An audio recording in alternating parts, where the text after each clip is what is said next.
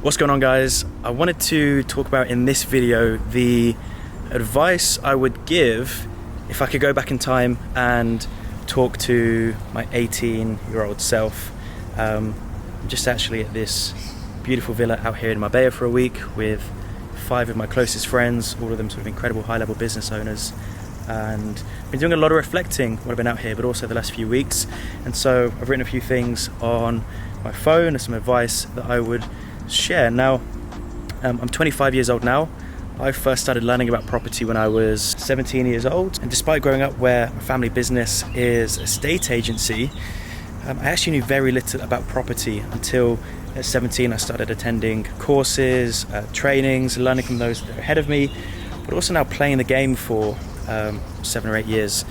And so there's a lot of things I'd want to share, a lot of things I think aren't talked about enough in the property space. And so if you're interested in winning in business and in property, this video is for you. And so I'm just going to head upstairs to the roof up there, sit down with you and share these with you. So I'll see you there. Okay, so the first thing I would want to teach myself is the complete basics of wealth creation.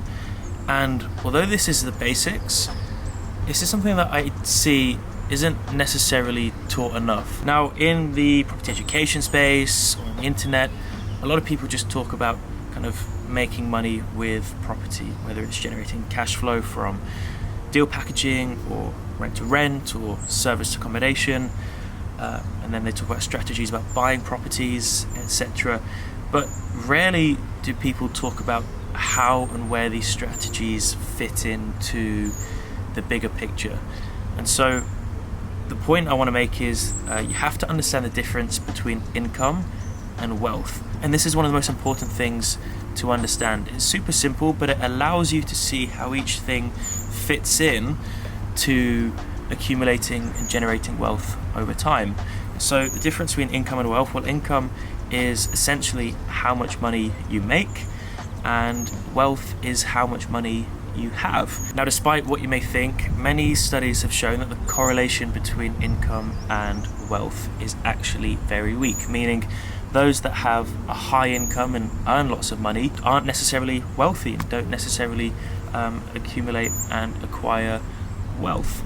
So the best way to think about it is income is like water flowing through a hose, and the greater the income you have, the bigger the flow of water. Now, what you do with your income is what's going to determine how wealthy you are. So if you imagine you have a hose with a heavy flow of water and it's being poured into the bucket, then that bucket is going to fill up with water pretty quickly, the bucket representing your wealth. However, if you've got a hose of water, again with a large flow of water, but you're spilling it everywhere, and it's not filling up the bucket, i.e. you're spending it on the wrong things, you're not investing, then although you're generating high income, you're not going to be accumulating any wealth.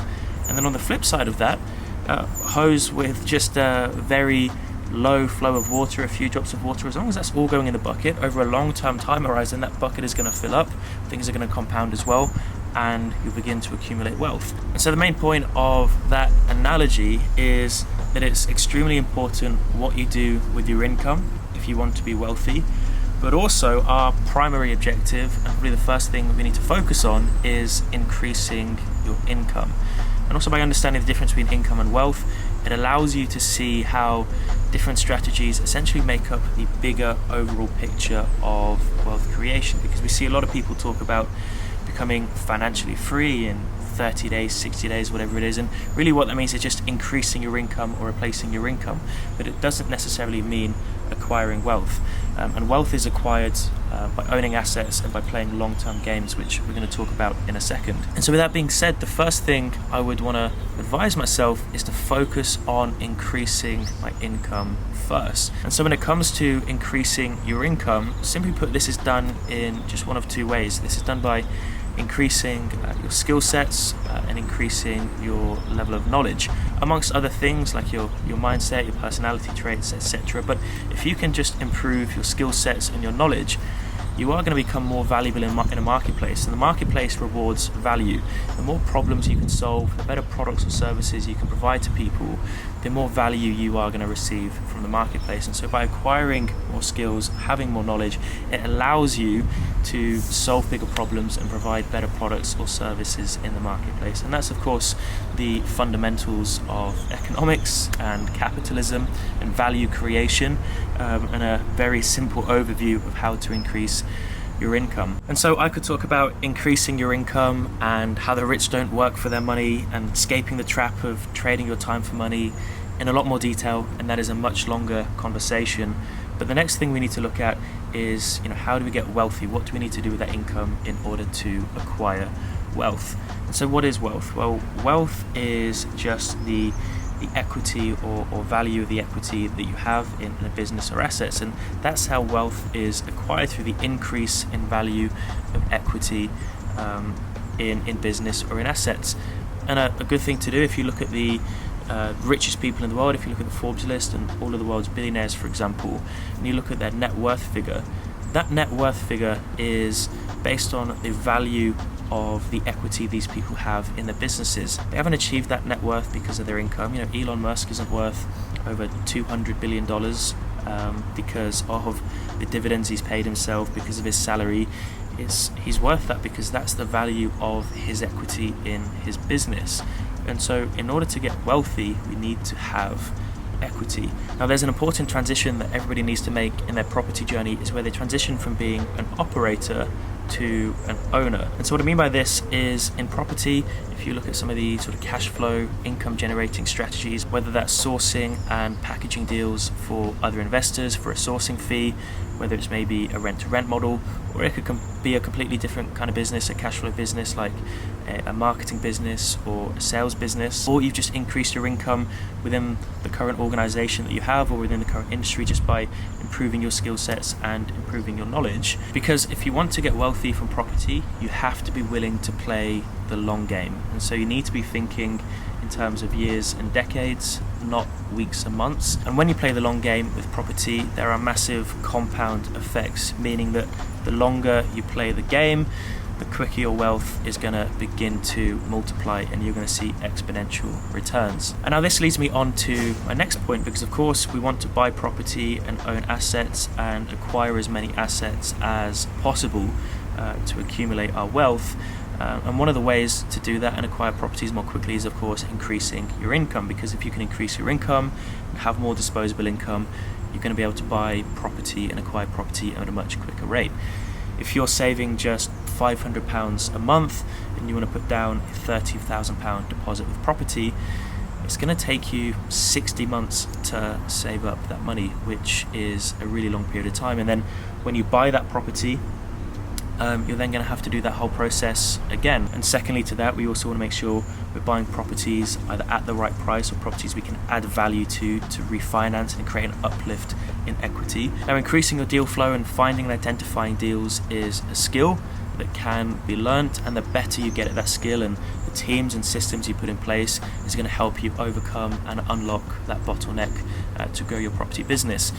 Now, once you've mastered how to find deals, it's all well and good having these deals, but if you don't have the capacity to fund them, that's going to be the next bottleneck in your business. So the second bottleneck in your business is financing and funding, with a third bottleneck after that being sort of operations and management. Because if you have the deal flow where you can find 10 deals and you have the capacity to fund 10 deals, the next question is, well, do you have the ability to manage the operational complexity of managing 10 different deals? And I mean, if they're 10 huge deals, then it's going to be a lot harder.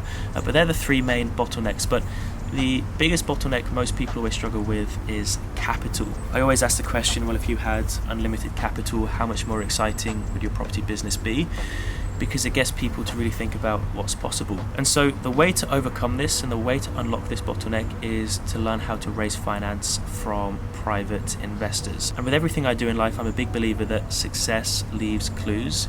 And when I want to get great at something or master something, I always try and look ahead at those that are super successful at what it is I'm trying to do, those that have the decades of experience behind them, and learn and understand what they've done to achieve that. And if we look at the extremes, if we look at the biggest owners of real estate in the world. So we look at Blackstone Private Equity Real Estate Group. I believe they own hundreds of billions of dollars worth of real estate.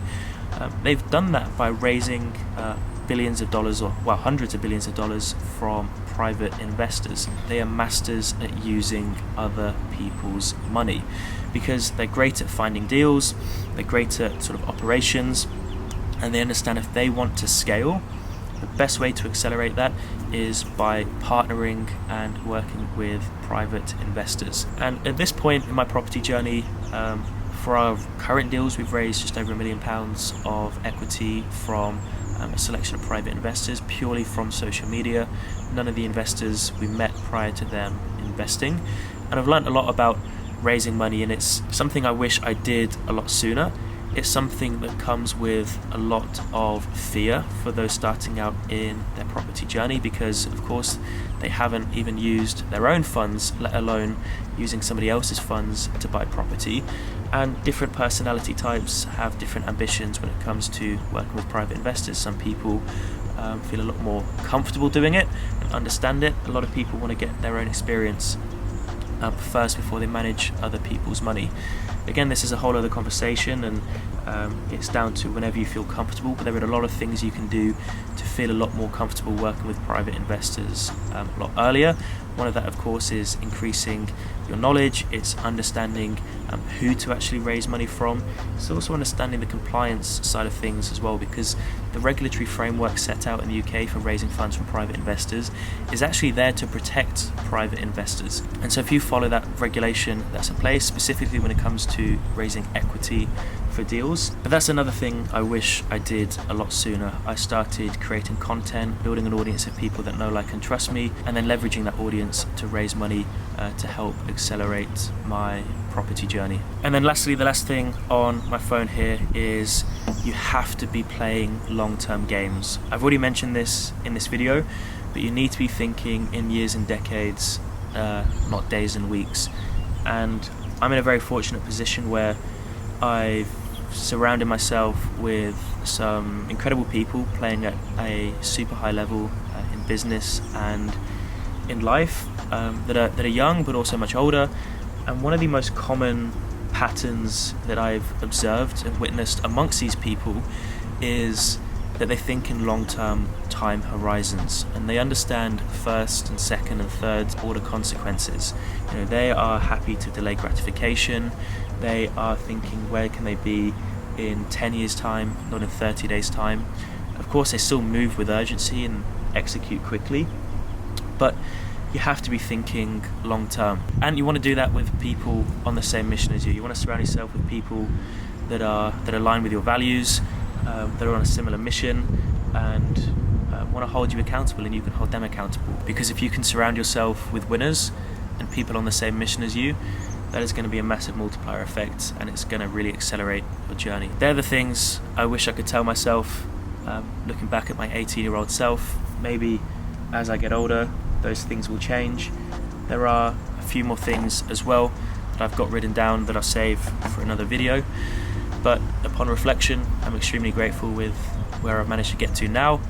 Of course, it's come with lots of lessons, but if I can share those lessons to help others, then this video has been worthwhile. I'm looking to do more videos like this, so please subscribe, and I'll see you guys on the next one. Peace.